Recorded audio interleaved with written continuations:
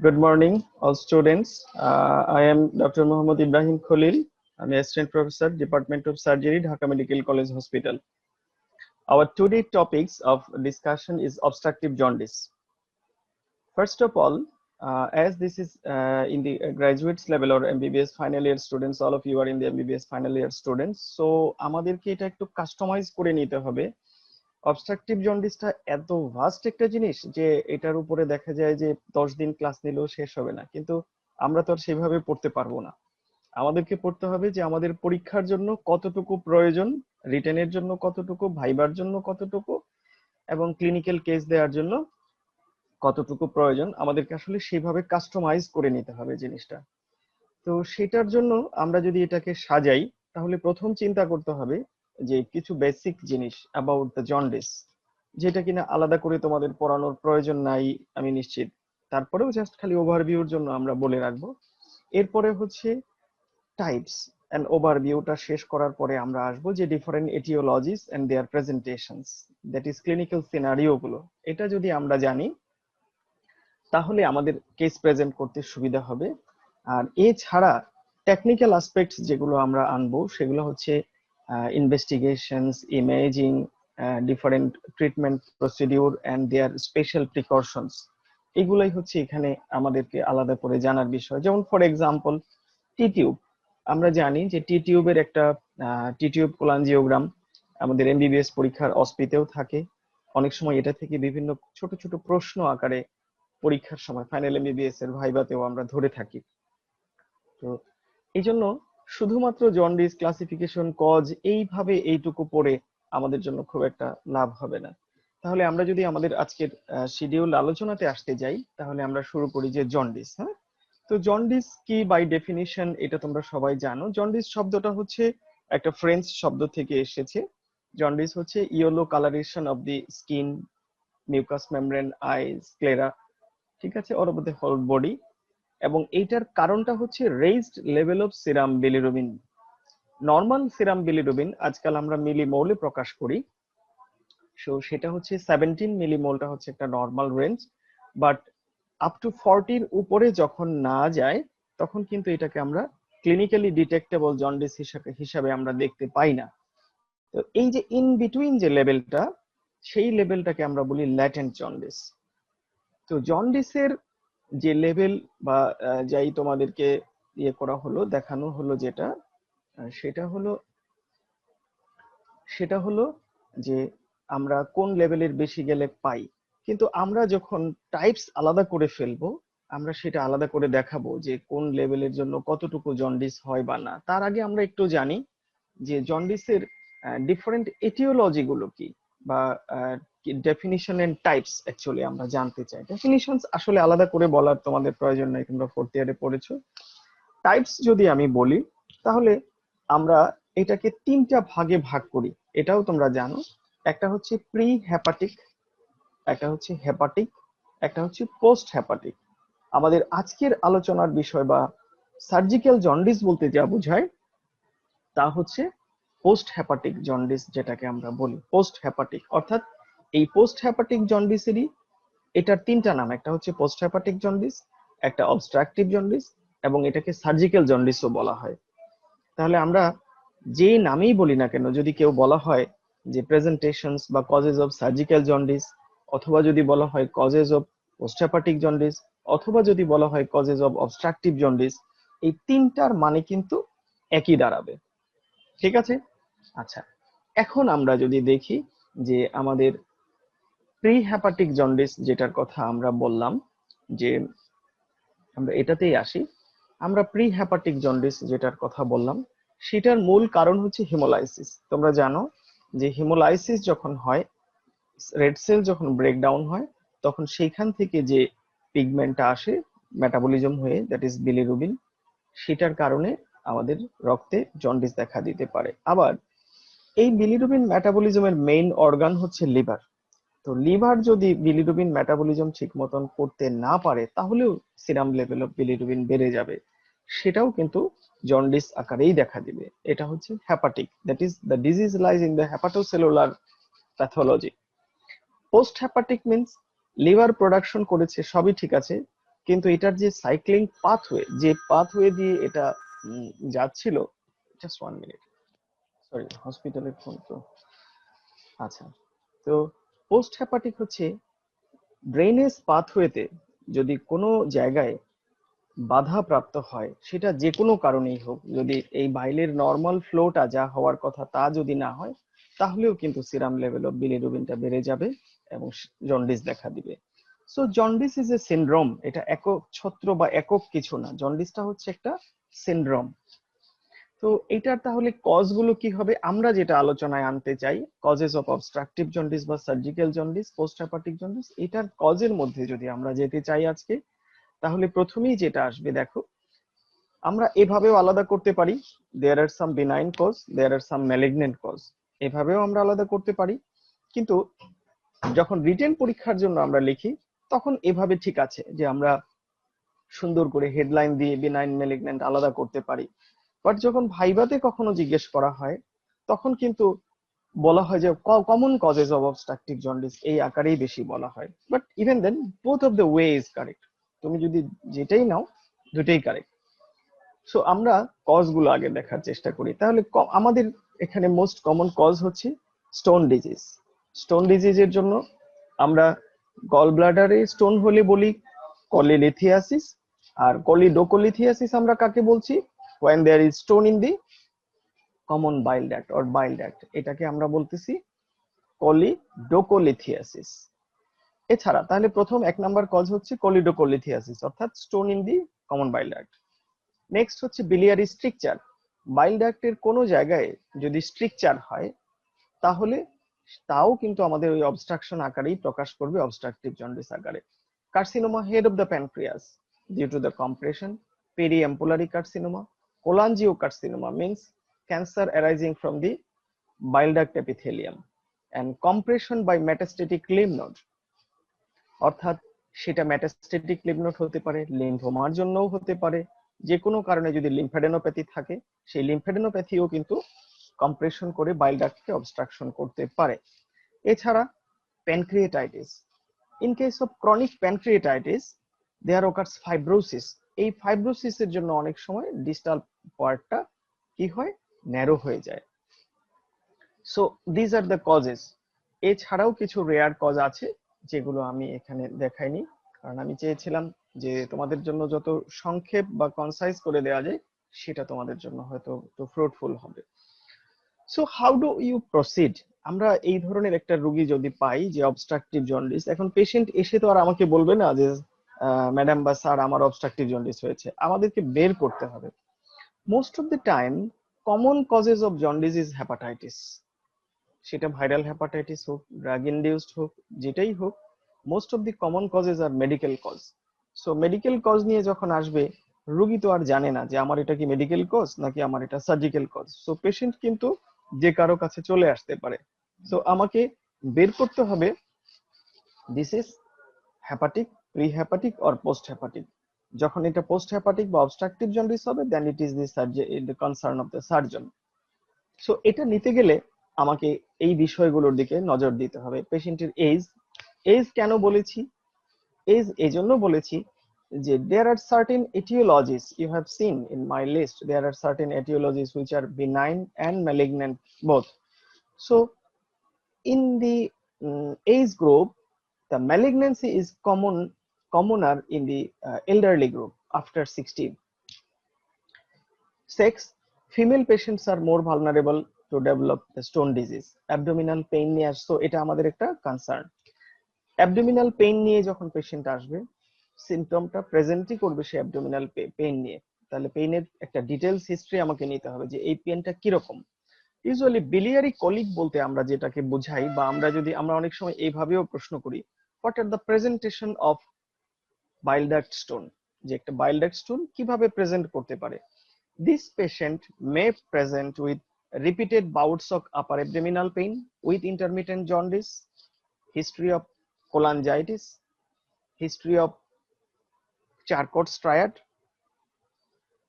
এই যে প্রত্যেকটা জিনিসের আবার ক্রাইটেরিয়া আছে। এই যে পেইন, একটা কোলিসিস্টাইটিসের পেইন, একটা বাইল ডাক্টের পেইনের পার্থক্য আছে, একটা পেপটিক আলসারের পেইন, একটা প্যানক্রিয়েটাইটিসের পেইন, এই সবগুলো পেইনই দেখা যাবে যে পেশেন্ট বলবে আমার উপরের পেটে ব্যথা করে। তাহলে আমরা কি করে এটা বের করব যে এই ব্যথাটা কোন ডিজিজের জন্য? তখন আমাদের একটা মেটিকুলাস হিস্ট্রি টেকিং এর প্রয়োজন হবে।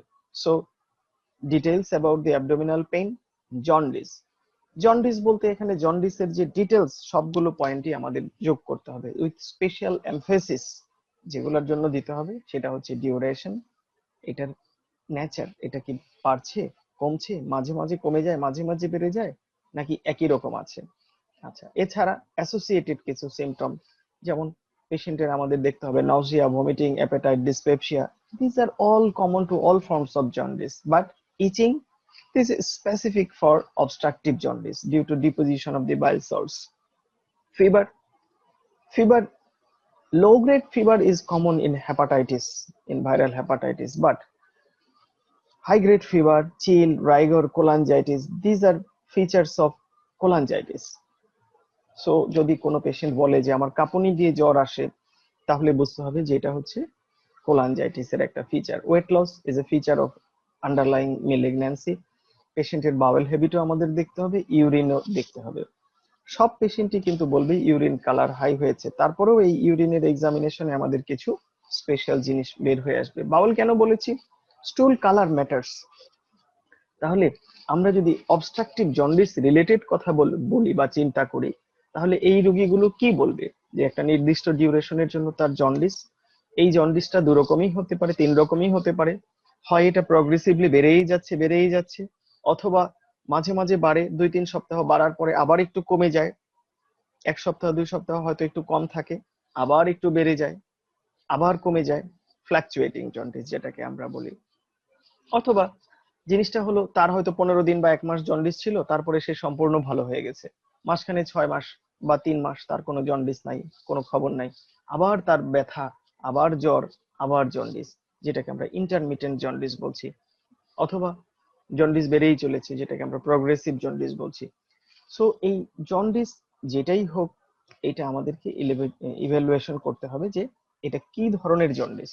তাহলে এটার একটা সিগনিফিকেন্স আছে। কেন বলেছি আমরা? ফ্রম দি হিস্ট্রি ইউজুয়ালি আমরা জানি যে প্রগ্রেসিভ জন্ডিস গুলো যেগুলো, সেগুলো হচ্ছে ইউজুয়ালি ম্যালিগনেন্স, প্যানক্রিয়াটিক হেড ম্যালিগনেন্সি বা carcinoma head of the pancreas এর জন্য হয়।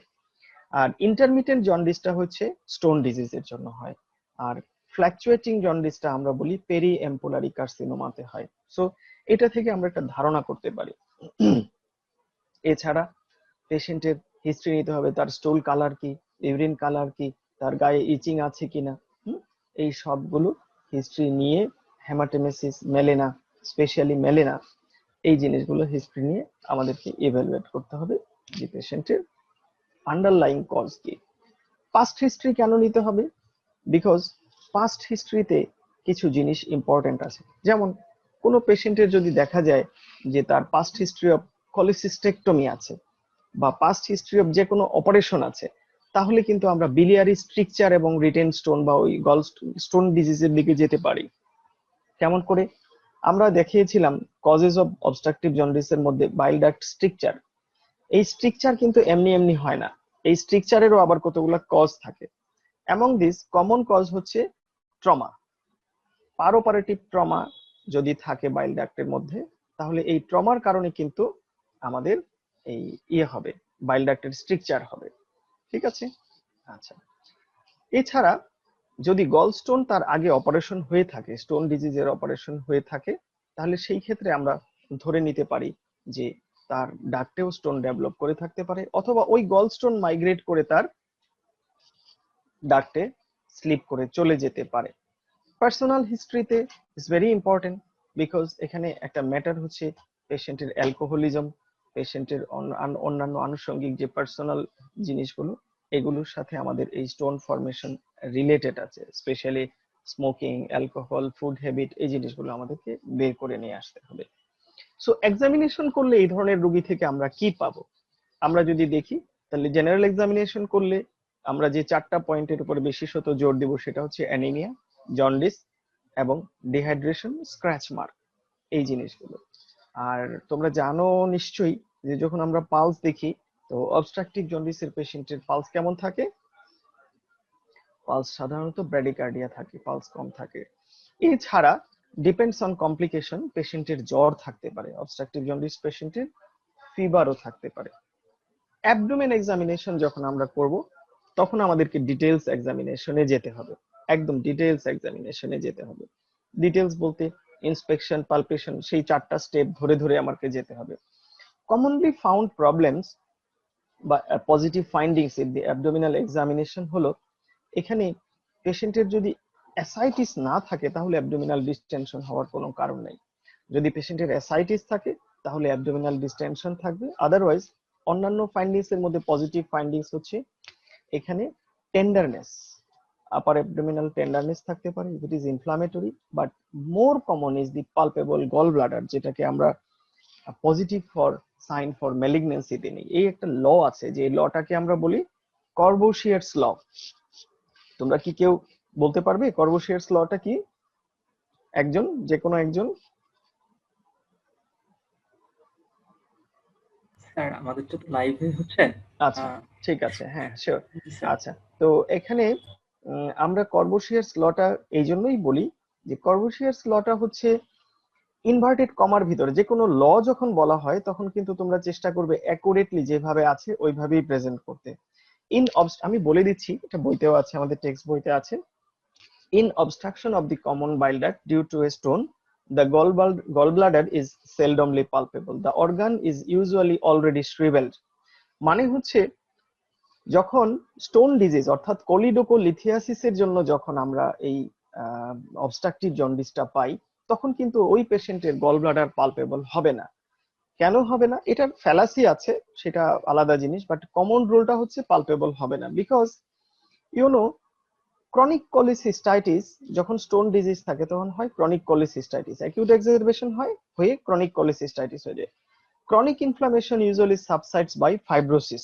সো ফাইব্রোসিস হলে কিন্তু আর ডিস্টেনশন হবে না, ওটা শ্রিঙ্ক করে যায়, স্কুইজ, ছোট হয়ে যায় আরো। এই জন্য যখন obstructive jaundice due to stone তখন গল ব্লাডার পালপেবল থাকে না। But for example carcinoma head of the pancreas, সেখানে গল ব্লাডারে কোনো প্যাথোলজি নেই, গল ব্লাডার এমনিতেই তার নর্মাল যে হিস্টোলজি আছে সেই রকমই আছে। সো যেহেতু বাইল ড্রেইন হতে পারছে না তাহলে এখানে এসে কি হবে, গল ব্লাডারটা ডিস্টেনশন হয়ে যাবে। এবং এই ফাইন্ডিংসটা হচ্ছে রাইট আপার অ্যাবডোমেনে একটা স্মুথ গ্লোবিউলার সোয়েলিং আকারে আমরা এই গল ব্লাডারটা পাই, which moves with respiration. This is a typical findings in most of the cases of cancer head of the pancreas. আচ্ছা, তো আমরা যদি ইনভেস্টিগেশনস এর দিকে যাই তাহলে আমরা দেখব যে অনেক কিছুর ইনভেস্টিগেশন করার আছে, বাট আমরা দুটো ভাগে যদি ভাগ করে নিই, যে আমি কিন্তু এখন হেডলাইন আলাদা করিনি যে আজকে কোলিডোকোলিথিয়াসিস, আজকে ম্যালিগন্যান্সি, এটা আমি এখনো আলাদা করিনি। আমি এখনো আছি হচ্ছে জেনারেল অ্যাসপেক্টস অফ অবস্ট্রাকটিভ জন্ডিসের উপরে। সো আমি আমাদের ছাত্রছাত্রীদের জন্য বলছি যে অবস্ট্রাকটিভ জন্ডিস সেটা যে এটিওলজির কারণেই হোক, এই ইনভেস্টিগেশন গুলোর মধ্য দিয়েই আমাদেরকে যেতে হবে। তাহলে কি করতে হবে? প্রথম হচ্ছে বায়োকেমিক্যাল যদি ইনভেস্টিগেশনস গুলো আমরা করি তাহলে serum bilirubin, raise level of bilirubin অবশ্যই, না হলে তো জন্ডিস হতো না। কিন্তু ওই যে আমরা বলেছিলাম যে 3 ধরনের জন্ডিস আছে, এখানে কোন ধরনের জন্ডিসে বিলিরুবিনের মাত্রা কিরকম বাড়বে সেটাও কিন্তু গেজ করা যায়। ইউজুয়ালি হেমোলাইটিক জন্ডিসে এই সিরাম বিলিরুবিনের মাত্রা ইউজুয়ালি <6। আবার হেপাটোসেলুলার জন্ডিসে এটা ইউজুয়ালি 6 বা 5 to 10 পর্যন্ত। বাট এটা অবস্ট্রাকটিভ জন্ডিসের ক্ষেত্রে গিয়ে অনেক বেড়ে যায়, এটা মোর দেন 10 to 20 এবং অনেক সময় 40-30 এরকমও আমরা পেয়ে যাই। সো সবচেয়ে বেশি যেটা হবে, যেমন একটা পেশেন্টের যদি আমি অবস্ট্রাকটিভ জন্ডিসের একটা বা পেশেন্টের যদি আমি দেখি যে তার বিলিরুবিন লেভেল 1, 2, 4, 1, 2 তো হবে না, 4, 5, তাহলে আমি ধরে নিতে পারি যে এটা ডায়াগনোসিসটা আমার সাথে মিলছে না। এটা একটা 100% কনফার্ম না, বাট এটা আমি গেস করতে পারি যে অবস্ট্রাকটিভ জন্ডিসে তো আরো বেশি হওয়ার কথা। Like that serum alkaline phosphatase, this is a very very sensitive marker. এইটা কিন্তু other than the liver pathology or bile duct pathology আরো প্যাথোলজিতেও বাড়ে, such is Paget's disease, such is bone metastasis, bone tumour, এটাতেও বাড়ে। তাহলে serum alkaline ফসফেটেজটাও obstructive জন্ডিসে বেড়ে যাবে even in absence of jaundice. যখন অবস্ট্রাকশন হলো এখনো জন্ডিস এপিয়ার করে নাই তখনও কিন্তু অ্যালকালাইন ফসফেটেজ রাইজ করতে শুরু করে। Serum 5 nucleotidase, this is also specific marker. Gamma glutamyl transpeptidase is a specific marker. এছাড়া আমরা করি হলো প্রথম বিন টাইম। এছাড়া আরো কিছু জিনিস আমরা করি, যেমন আমরা সিরাম প্রোটিন অ্যালবুমিন করি, আমাদের ওগুলো হচ্ছে সিনথেটিক ফাংশন দেখার জন্য, পেশেন্টের নিউট্রিশনাল কন্ডিশন জাজ করার জন্য। বাট আমরা যদি জন্ডিসের ইনভেস্টিগেশন রিলেটেড কথা চিন্তা করি, obstructive jaundice, then this are the marker. তাহলে আমরা কি সবগুলো করি? না, আমরা সবগুলো করি না। আমরা কমন প্র্যাকটিসে হচ্ছে আমরা সিরাম বিলিরুবিনটা করি, সিরাম অ্যালকালাইন ফসফেটেসটা করি, আমরা প্রথম মিন টাইমটা করি। আমি বলে দিচ্ছি কোনটা কেন করি, আগে একটু করে নিই। সো স্পেসিফিক যদি বলতে চাও যে অ্যালকালাইন ফসফেটেস স্যার আমরা স্পেসিফিক হবে নাকি gamma গ্লুটামিল ট্রান্সপেপটিডেসটা more specific, because this does not depends on bone or other pathologies. This is absolutely dependent on the liver and biliary tree pathology. Next come প্রথম বিন time. এই প্রথম বিন টাইমটা আমরা INR বা international normalised ratio দিয়ে প্রকাশ করি। এই প্রথম বিন টাইমটা হচ্ছে লিভারের অবস্ট্রাকটিভ জন্ডিসের ফলে বেড়ে যায়। বেড়ে যাওয়ার কারণটা হচ্ছে, এটা আমরা পরীক্ষার সময় ভাইবার কোশ্চেন, এটা যে কেন বেড়ে যায়। এখানে হচ্ছে ভিটামিন কে ডিপেন্ডেন্ট যে ক্লটিং ফ্যাক্টর গুলো আছে সেটা হচ্ছে প্রথম বিন। আমাদের নিশ্চয়ই মনে আছে। সো প্রথম বিন ভিটামিন কে ডিপেন্ডেন্ট ফ্যাক্টর যেগুলো আছে, এই ভিটামিন কে অ্যাবজর্পশন হতে গেলে কিন্তু আমাদের বাইল লাগে। কারণ এই ভিটামিন এ ডি ই কে এডেক যেটা আছে, এগুলো হলো ফ্যাট সলিউবল ভিটামিন, এবং এই ফ্যাট সলিউবল ভিটামিনটাকে যখন আমরা অ্যাবজর্পশনের চিন্তা করি তখন কিন্তু বাইল ইজ এ ম্যান্ডেটরি। তো যার অবস্ট্রাকটিভ জন্ডিস আছে তার ক্ষেত্রে কিন্তু এই ভিটামিন কেটা অ্যাবজর্পশন হতে পারছে না, এবং ভিটামিন কে যখন অ্যাবজর্পশন হতে পারছে না তখন তার কিন্তু এই যে প্রথম বিন ডেফিসিয়েন্সি দেখা দিবে, এবং যার ফলে তার কোয়াগুলেশন প্রবলেম দেখা দিবে। সো আমরা এভাবে যদি চিন্তা করি যে প্রথম বিন টাইমটা অল্টার হয়ে গেছে, মানে হলো তার ভিটামিন কে ডেফিসিয়েন্সি দেখা দিয়েছে। আমরা এটা বুঝবো কেমন করে? এটার একটা কন্ট্রোল থাকে, একটা টেস্ট রেজাল্ট থাকে, একটা আইএনআর থাকে। আইএনআরটা ইউজুয়ালি 1.5 নরমাল। যখন এর চাইতে বেশি হয়ে যাবে তখন আমরা এটাকে ধরি প্যাথোলজি। আর আরো একটা জিনিস আমাদের মনে মনে আমরা নিতে পারি, যেমন কন্ট্রোল যদি হয় সে 12, টেস্ট যদি হয় 15, এই 3 ভেরিয়েশনটা নরমাল। 1.5 টাইমস অল্টারেশন যদি হয়ে যায় তাহলে তখন আমরা সেটাকে বলি সিগনিফিকেন্ট। সো এগুলোর আবার আমরা দেখাবো যে এগুলোকে আমরা কিভাবে কারেকশন করব, কি করব, সেটা আমরা পরের চিন্তা করব।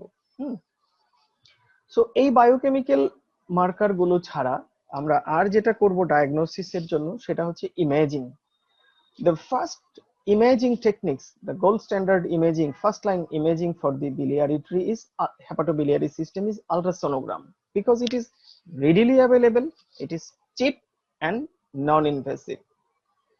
নন ইনভেসিভ এখানে আরো কিছু আছে, কিন্তু আমাদের ওই যে সব মিলিয়ে যদি আমরা চিন্তা করি রিডিলি অ্যাভেলেবল কিনা, এটা নন চিপ কিনা, সেভাবে চিন্তা করলে দেখবে যে একমাত্র আল্ট্রাসোনোগ্রামটাই হচ্ছে আমাদের সারা দেশে সব জায়গায়, ইভেন বেড সাইডেও কোনো কোনো জায়গায় পোর্টেবল করার সুযোগ আছে।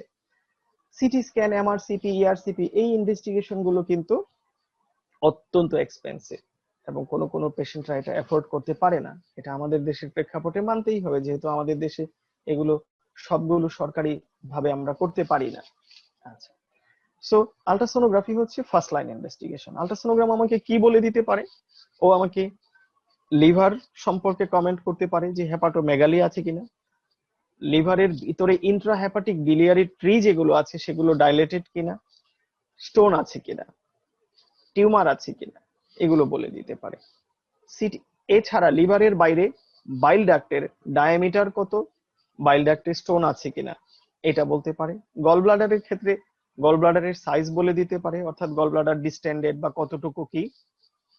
গল ব্লাডারের ওয়াল থিকনেস যেটা আমরা জানতে চাই, pericholecystic collection, presence of stone in the lumen, এই কথাগুলো কিন্তু আমাদেরকে আল্ট্রাসোনোগ্রাফি বলে দিতে পারে।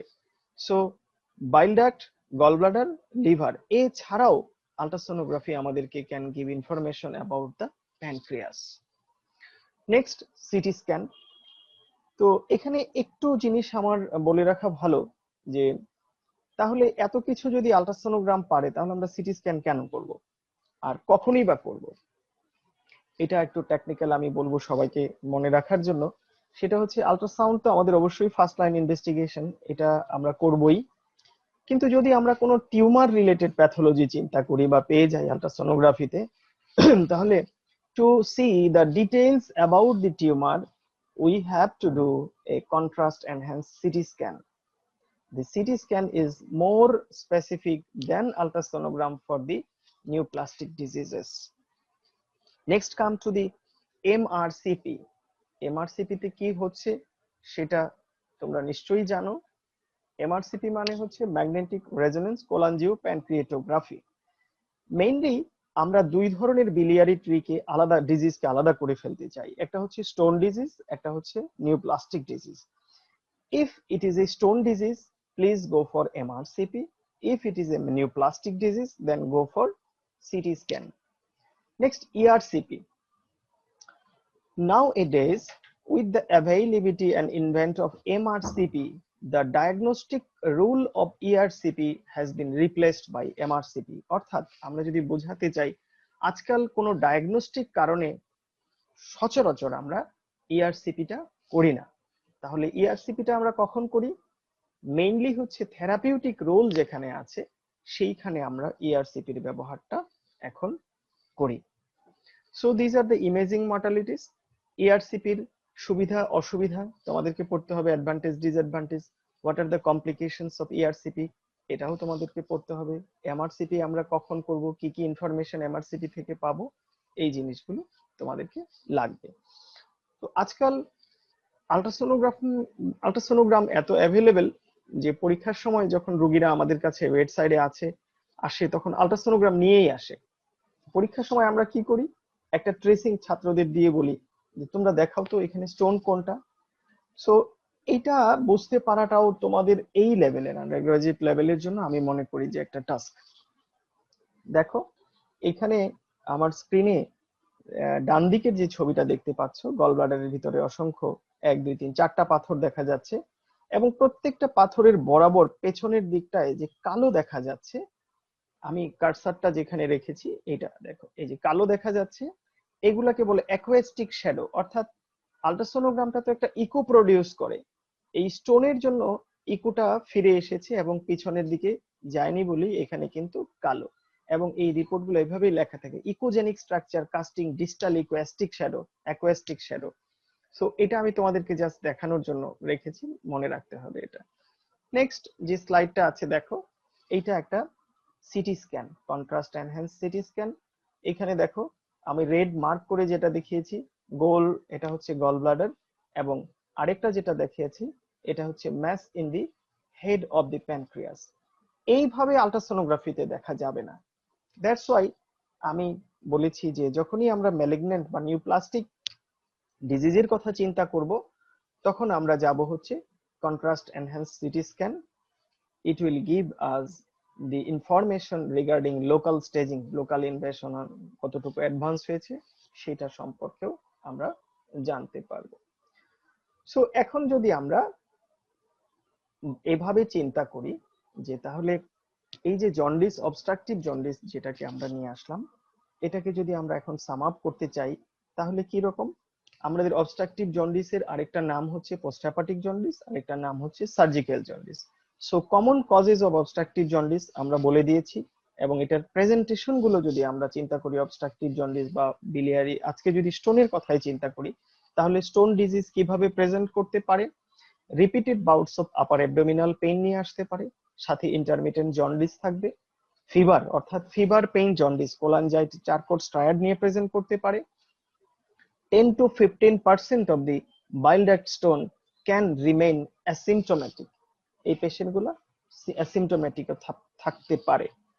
আচ্ছা, এখন আমরা যদি এইগুলাকে এভাবে চিন্তা করি যে আমরা জন্ডিসটাকে হিস্ট্রি থেকে কিভাবে কয় ধরনের চিন্তা করি, সেটাও আমি বলেছি যে এখানে আমরা সার্জিক্যালি যদি আমরা আমাদের মতন করে ক্লাসিফাই করতে চাই তাহলে এটা আমরা বলি নেচার অফ দি জন্ডিস, আমরা বলি ইন্টারমিটেন্ট জন্ডিস, আমরা বলি প্রগ্রেসিভ জন্ডিস, এবং আমরা বলি ফ্ল্যাকচুয়েটিং জন্ডিস।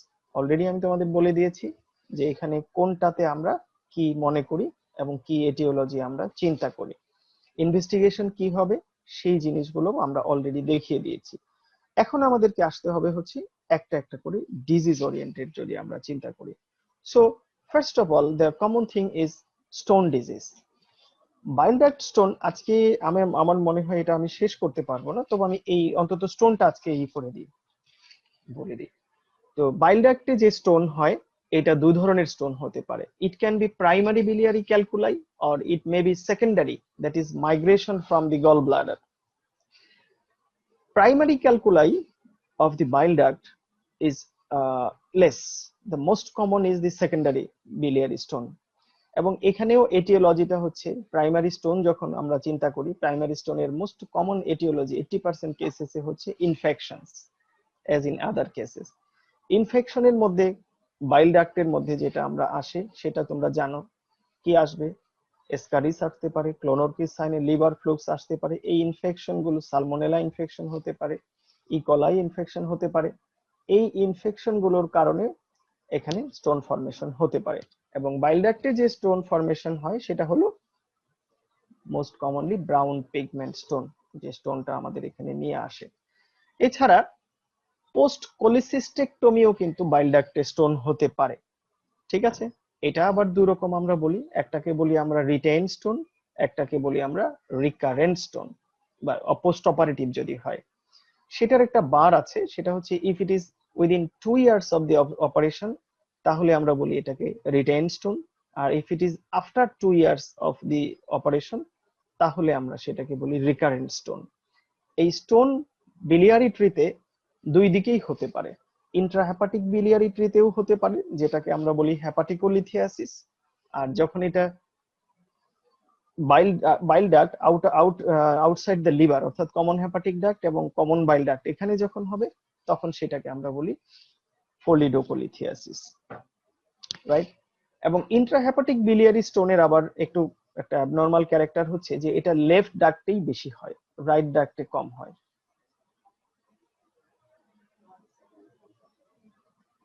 এটা লেফট ডাক্টে বেশি হবে, রাইট ডাক্টে এটা কম হয়। কারণ এটা যদি আমরা অ্যানাটমি চিন্তা করি, রাইট ডাক্টটা হচ্ছে ভার্টিক্যাল, ইজিলি এখান থেকে স্টোনটা পড়ে যায়। লেফট ডাক্টটা হচ্ছে মোর হরাইজন্টাল, দ্যাটস ওয়াই এইখানে স্টোনটা বেশি তৈরি হচ্ছে। So investigation is all the same. এখানে একটু পার্থক্য হচ্ছে, যেটা আমাদের বোঝার ব্যাপার আছে, যে বাইল ডাক্ট ডায়ামিটার, আল্ট্রাসোনোগ্রাফিতে যে বাইল ডাক্ট ডায়ামিটার বলছি এই ডায়ামিটারটা কতটুকু significant. 5 to 7 millimetre diameter is normal, but যখন আমাদের ডায়ামিটারটা মোর দেন 10 মিলিমিটার হয়ে যাবে তখন আমরা বলবো যে এটা হচ্ছে significantly dilated bile duct. All this এখন আমাদের ট্রিটমেন্ট এবং অন্যান্য জিনিসগুলো নিয়ে আমরা আমার মনে হয় সামনের ক্লাসে আলোচনা করলেই ভালো হয়, যেহেতু একটা ইন্টার রিলেটেড ব্যাপার। তো ইন জেনারেল যদি আমরা বলি তাহলে কমন বাইল ডাক্টের স্টোন হলে বিভিন্ন রকম প্রসিডিওর আছে। সেটা হচ্ছে আমাদের মিনিমাল ইনভেসিভ সার্জারিও আছে, যেমন ERCP and stone extraction. ERCP করে প্যাপিলেটমি করে কমন বাইল ডাক্ট থেকে ডরমিয়া বাস্কেট দিয়ে স্টোন বের করে নেওয়া হয়, এটা হলো ইআরসিপি এন্ড স্টোন এক্সট্রাকশন। এটা ছাড়া ওপেন কোলিডোকোলিথোটমি করারও সুযোগ আছে, laparoscopic cholecystectomy plus choledochoscopic removal, অর্থাৎ সিস্টিক ডাক্টের ভিতর দিয়ে কোলিডোকোস্কোপ পাস করে রিমুভ করারও সিস্টেম আছে। তাহলে this are the methods: choledocholithotomy with tube insertion, সাথে হচ্ছে laparoscopic choledocholithotomy or endoscopic retrograde cholangiopancreatography and stone extraction. এই তিনটা মেথডই এগুলোকে আমাদের ট্রিটমেন্ট করা যাবে। তো আমাদের একটু যেটা দেখে নিতে হবে সেটা হচ্ছে যে how we prepare a patient for surgery. আমার মনে হয় যে এইটা থেকে শুরু করে নেক্সট আরেকটা ক্লাস যদি সুযোগ হয় তাহলে আমরা সেদিন শেষ করে দিব। ধন্যবাদ সবাইকে।